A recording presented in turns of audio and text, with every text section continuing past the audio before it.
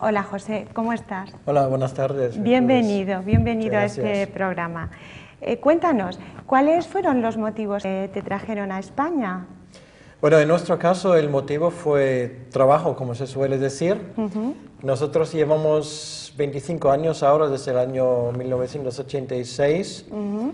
Y bueno, ¿de qué trabajo estamos hablando? Yo soy pastor evangélico, vamos, Ujú. y desde el año 91 también participo en ese proyecto del seminario Cefaban como profesor de teología. Y hemos venido a España con esta intención de ayudar a la Iglesia Evangélica Española Ujú. en la formación de jóvenes en el área de la teología. Muy bien. Entonces, como pastor evangélico, damos por supuesto que eres un creyente y la Biblia nos habla de que una persona tiene que nacer de nuevo, tiene que ser transformado por la gracia de Dios y ser hecho una nueva criatura en Cristo. Cuéntanos, ¿cómo conociste tú al Señor? Bueno, en mi caso fue un tanto peculiar, porque realmente mis padres es un matrimonio mixto. Mi madre es evangélica o protestante, mi padre es católico, siguen siéndolo, y por eso yo conozco un poco ambas partes. Ujú. Yo tenía una abuela y esa abuela, bueno, recuerdo eso de niño, esa abuela me contaba muchas historias de la Biblia. Era una mujer pues muy convencida bueno, me hablaba mucho de Jesús y aprendí canciones de niño de ella. Bueno, esto fue una etapa en mi vida de niño que se quedó grabado en mi corazón. Luego, claro, llega el tiempo de la preadolescencia, de la adolescencia, y realmente la fe cristiana me pareció un poco atractiva, para decirlo de alguna manera. Buscaba la verdad, bueno, eso ya estaba de moda en aquel entonces, pues el budismo y esas cosas esotéricas. Allí me metí un poco. Y realmente lo que fue decisivo en mi caso concreto fue el regalo de una Biblia, de un Nuevo Testamento. Y realmente lo curioso es que ese Nuevo Testamento era una traducción nueva, lo cual quiere decir que yo también como adolescente lo podía entender perfectamente. Y eso la verdad que me impactó. Me impactó porque mi concepto de la Biblia como algo caduco y que, en fin, que no tenía ninguna relevancia hoy en día, cambió completamente. Y empecé a leer el Nuevo Testamento y eso creó adicción. Y luego, bueno, es una larga historia, pero para hacerlo muy corto, también me ayudaron programas por radio que yo escuché en Alemania, que vinieron del extranjero, donde se explicaba la Biblia. Y esto en mí, bueno, creo que era el año 75, 76, finalmente, me llevó a un punto donde me planteaba, era una pregunta muy sencilla. Si todo esto es cierto, lo que yo leo, lo que he leído en la Biblia, cosas que nadie jamás me ha contado, si todo esto es cierto,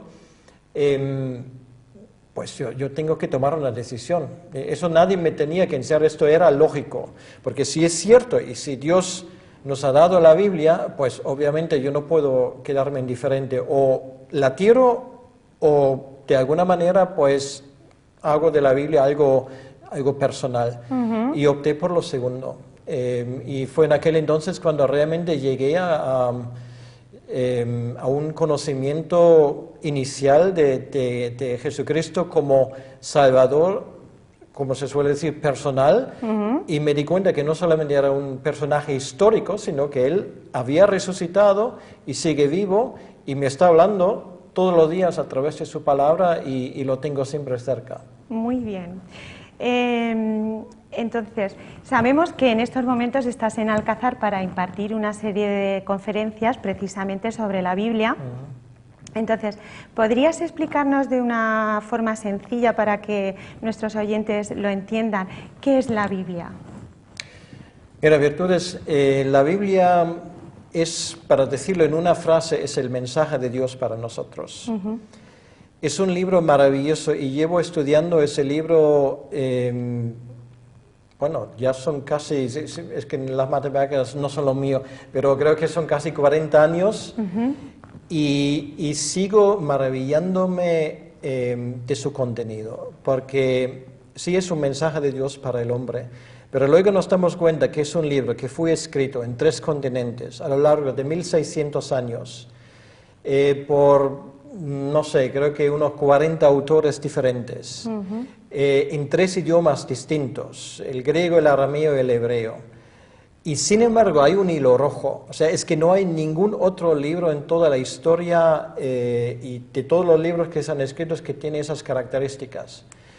Además, ese hilo rojo, bueno, ¿a qué me refiero? El tema Jesucristo sale desde prácticamente la primera página de la Biblia hasta la última. Esto es el hilo rojo. Y realmente ese libro nos habla, por supuesto, de salvación. O sea, habla de nuestra alma, habla de nuestro futuro, donde vamos a pasar la eternidad. La Biblia dice muy claramente que hay 2 lugares, que está el cielo, pero también existe el infierno. Habla de nuestra necesidad de buscar a Dios. Pero claro, luego la Biblia habla de más cosas. La Biblia habla, bueno, estamos con la crisis dichosa de finanzas. La Biblia habla de economía, habla de finanzas, habla de educación, habla de matrimonio, habla de sexo. Bueno, hay un sinfín de cosas, temas, es que no hay ningún aspecto de la vida humana donde la Biblia no tenga algo que decir. Y las cosas que dice realmente son absolutamente interesantes. Muy bien. Entonces,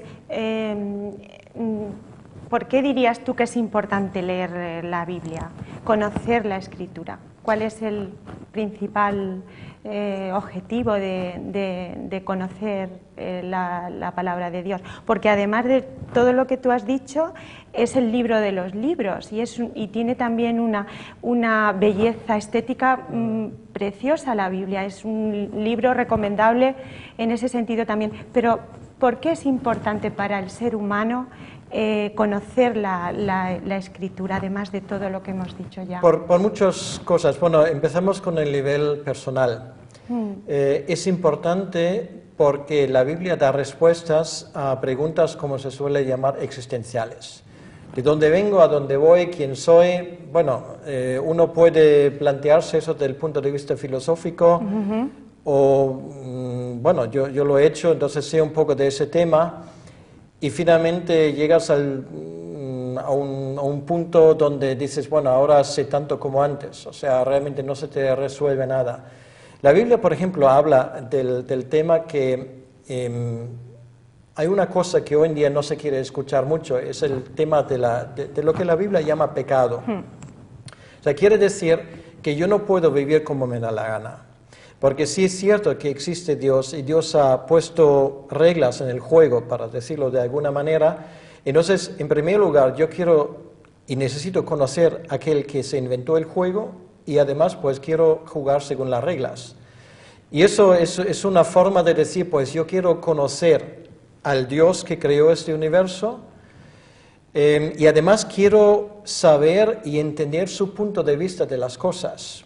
En cuanto a mi vida personalmente, ¿cuáles son mis problemas? Por ejemplo, yo como chaval de 14 años, incluso recuerdo perfectamente, yo tenía un miedo espantoso a la muerte. Con 14 años, y cualquier persona diría, pero chaval, tienes la vida por delante. Sí, la tenía por delante, ya no tanto, pero en aquel entonces sí. Sin embargo, el pensamiento de que yo voy a morir algún día me causó pánico. Ahora, la Biblia me habla del después, ¿vale? Y hoy por hoy yo puedo decir, si me toca hoy, yo me iré encantado de este mundo porque lo que me espero es una larga mañana, una larguísima mañana. Estaré con el Señor y las cosas que viviré allí, bueno, no tienen comparación con lo que hay ahora. Ahora eso te da tranquilidad, porque esas cosas, o sea, ves todos los problemas que podamos tener con más tranquilidad, realmente.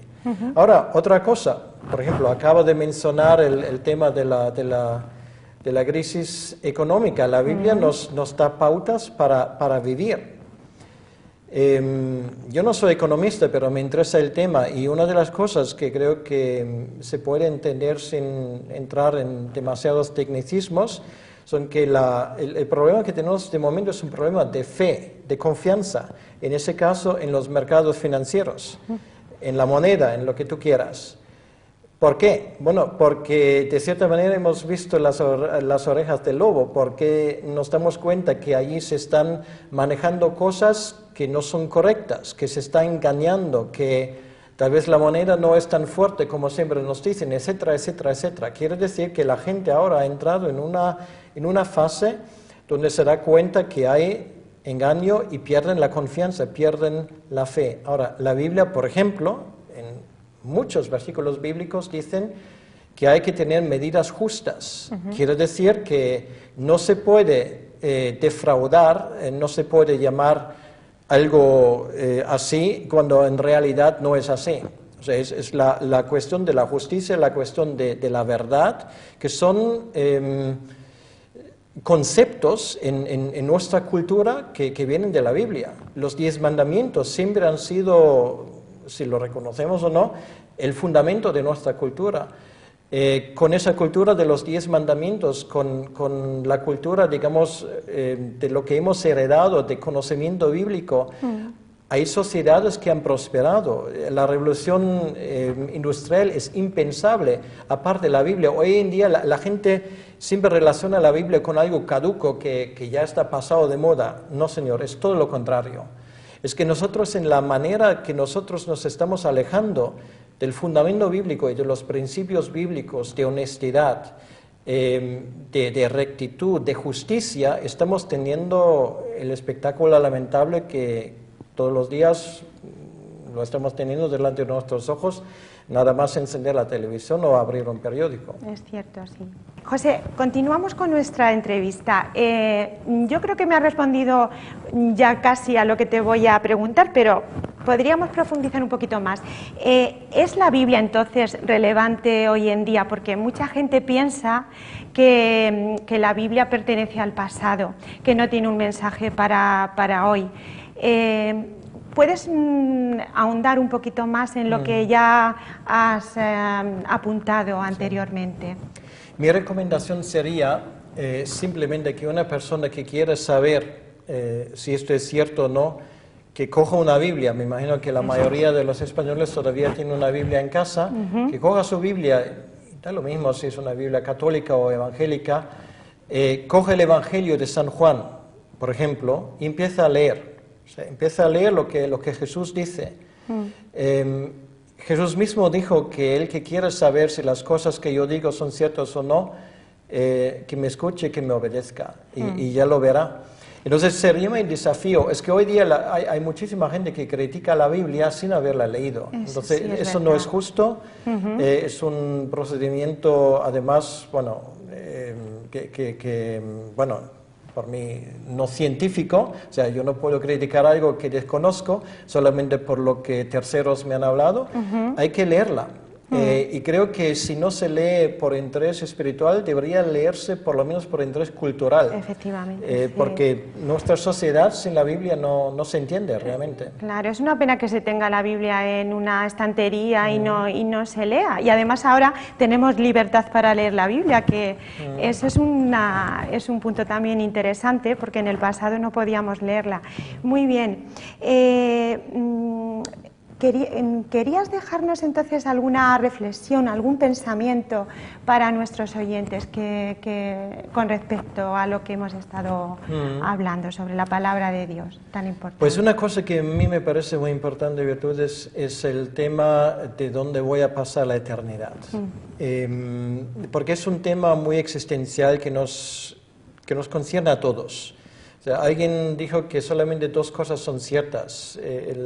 De que tenemos que pagar impuestos y que algún día nos tenemos que ir de este mundo. Lo de los impuestos, pues ya se verá, me imagino que sí, pero que nos tendremos que ir, seguro. Y sé que eso también en la sociedad española es un tema del cual no se habla normalmente. Si tú quieres reventar una fiesta, pues ya tocas ese tema y la gente se va a ir por todos los lados. Sin embargo, en el fondo de nuestro corazón sabemos que nos va a tocar más tarde o temprano. Y creo que una de las preguntas que realmente tenemos que plantearnos es ¿dónde voy a pasar la eternidad? Porque que hay vida después, claro, hay gente que me va a decir, pero ¿y tú cómo lo sabes? O, bueno, todavía no ha nadie vuelto de los muertos. Bueno, no está del todo correcto, porque por lo menos uno ha vuelto. De hecho, la Biblia habla de más que uno, pero Jesucristo ha resucitado realmente. Y Él nos dijo muy claramente que Él es la única persona que nos puede ofrecer salvación. Él no solamente ha hablado como yo mismo lo he estudiado, como otros que han fundado religiones, que mira, tienes que hacer esto, tienes que cumplir con esa norma, tienes que pagar aquello, tienes que. Bueno, es que es el camino de las religiones, siempre hay que hacer algo, siempre hay que cumplir con alguien, siempre hay que pagar a alguien o algo.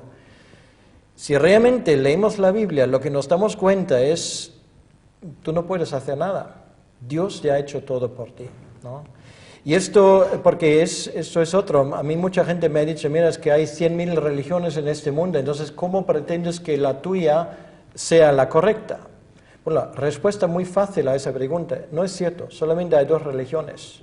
Está por un lado la religión del tienes que hacer, que tienes que cumplir y luego ya se verá, y en eso cae realmente prácticamente todo lo que hay.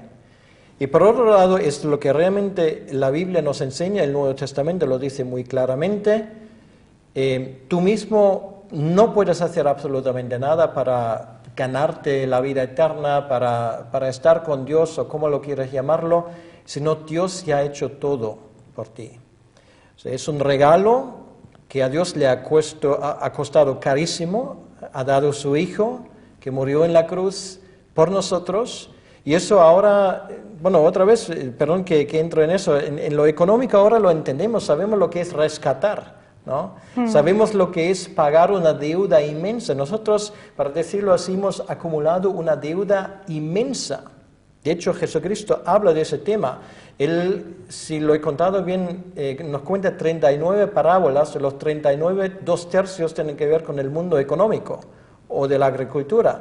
Y habla de ese tema, dice, la deuda que has acumulado tan grande que cumpliendo los 10 mandamientos, haciendo esto y el otro, es que no vas a poder pagarlo. ¿Cómo lo esperas? Entonces, ¿qué pasó? Dios hizo un rescate. Bueno, hoy estamos hablando de rescatando países. Estamos hablando de fondos de rescate y qué sé yo. Cuando Jesús murió en la cruz, de hecho, la última palabra que dijo en la cruz era una palabra del mundo económico, en griego, tetelestai, lo cual quiere decir, está pagado. Bueno, en muchas traducciones pone, consumado es. Lo que él dijo es, está pagado. ¿Qué está pagado? La factura. Está pagado la deuda inmensa que cada uno de nosotros ha acumulado delante de Dios. Alguien tenía que pagarlo, porque es uno de los temas en la economía que aprendemos, las deudas siempre se pagan, siempre. El que ha pagado nuestra deuda es Dios, mandando a su Hijo que cumplió en nuestro lugar lo que Dios exige. Y esto es liberación. A partir de ahí uno vive tranquilo. En alemán hay un dicho, traducido al castellano es, una vez arruinado la reputación, uno vive más tranquilo. Lo cual quiere decir que yo no tengo que aparentar algo que no soy. Mi reputación como ser humano está arruinado. Por eso mandó Dios a su Hijo. Y ahora yo puedo vivir tranquilo porque sé que otro pagó mi factura. Y lo que ahora me queda, quiero vivir por gratitud por lo que Él ha hecho. Y esto es un planteamiento completamente distinto de la vida.